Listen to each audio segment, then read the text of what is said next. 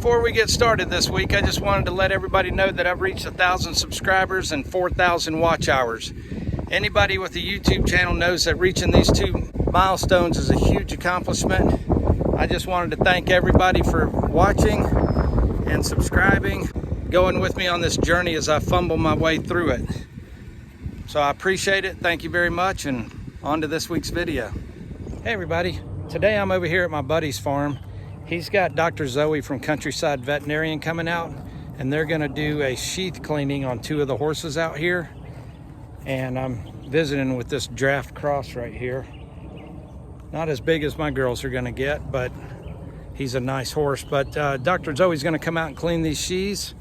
And this is just part of horse ownership that you need to do on an annual basis, a regular basis. If you don't, you risk getting infection up there. So Dr. Zoe's going to explain this to us as she's doing it. So we're going to get Foxtail in here first, and then Nick will come in, and we're going to try to do it unsedated, and if the sedation is needed, then we'll give it to him afterwards, or Dr. Zoe will give it to him. So anyway, let's get these horses in and get Dr. Zoe over here and let her explain exactly what's going on and the importance of sheath cleaning and why it needs to be done and what happens if you don't get it done.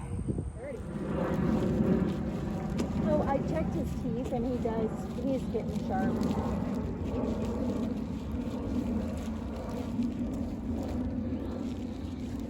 So Dr. Zoe is cleaning the sheath on this horse, and she's going to tell us a little bit about why she's cleaning it and what the benefits are and what happens if you don't clean it.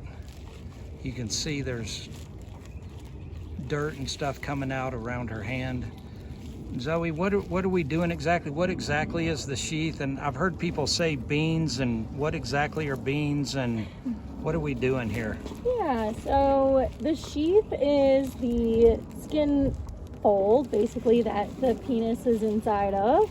It's the protective sheath, and there are basically the bean, which is, I'm about to get right now, is this right here. And that lives, if he was sedated and he was dropped out, I would be able to show you exactly where this comes out of, but it's basically around the tip of the penis. There is a pocket in there that traps in dirt, dead skin, sweat, bacteria, etc. And it's kind of squishy, but it's still it's pretty firm, and these can be painful. These can grow to a pretty large size.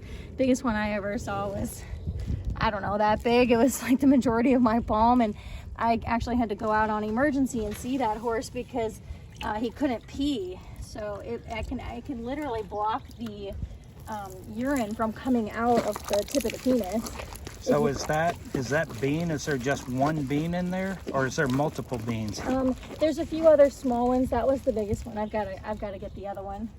And what are all those black particles that are coming out on your hand and that you're washing out right there? So this is all dead skin. It's called schmegma. It's a mixture of dirt, dead skin. It's just natural shedding of the lining of that skin, and you just got to clean it out of there. Otherwise they can get infected.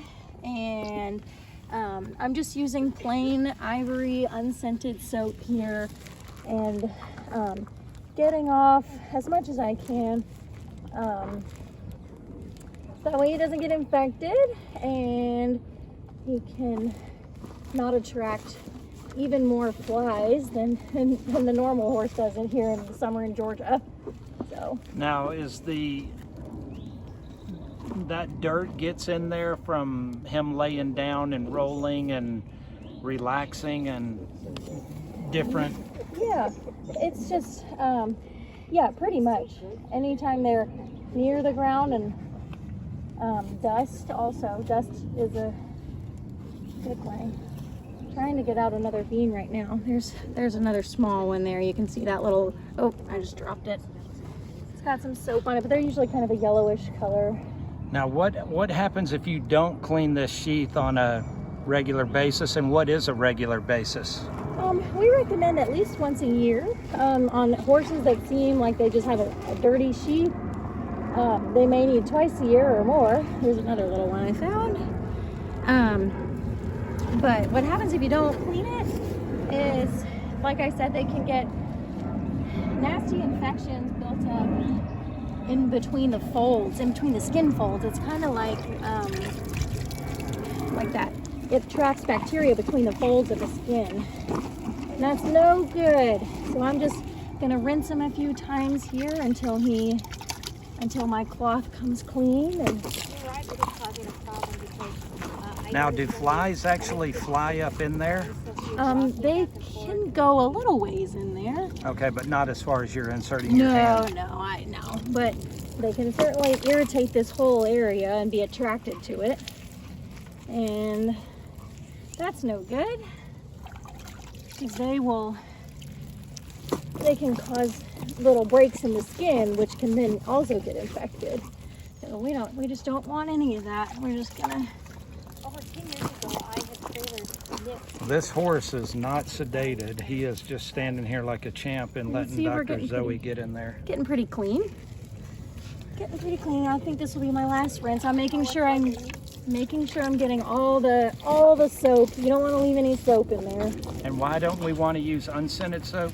It's rough on the skin. We just like to use plain Jane unscented ivory because it's most gentle on that. It's very sensitive skin in there. So.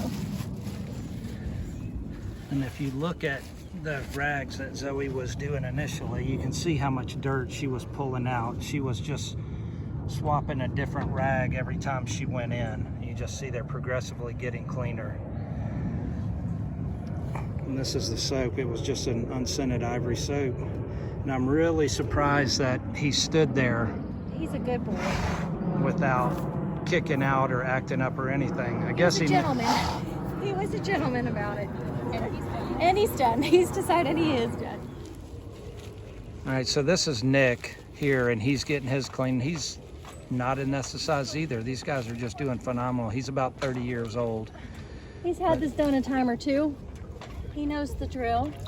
One other thing I was going to mention about getting your horse's sheath cleaned every year is it's important to have somebody evaluate it at least once a year, just because you can find cancerous masses, you can find abnormalities that are starting to develop, several issues we've identified, especially squamous cell, which is a skin cancer, especially on horses that have a light color on their penis, the skin, are predisposed to getting cancer.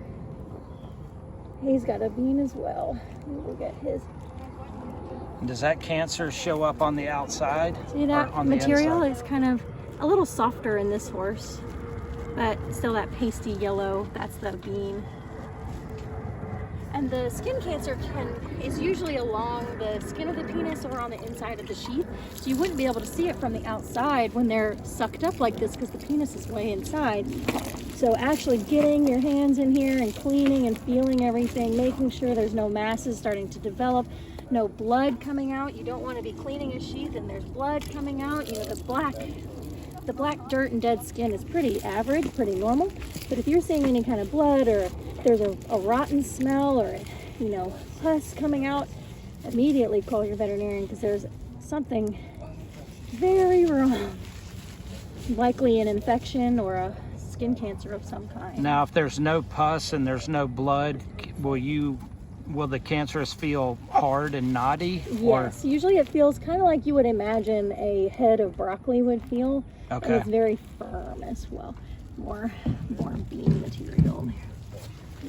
His is more pasty, so it's a little harder to get out, but we're getting it. And these beans are located around the head of the penis. There is a small pocket around the urethra that this material gets shoved into.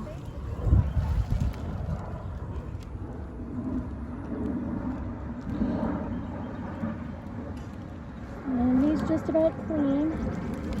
I'm just gonna give him a good rinse. All right, that's good there. Just gonna rinse him a bunch of times now and make sure I get all the soap. Like I said, she's using a different rag for sterile and for cleanliness. So she's just rinsing one time and then going in and getting a new, it's just cotton. And she's just reaching up in the bucket and getting a new cotton swab and rinsing it out.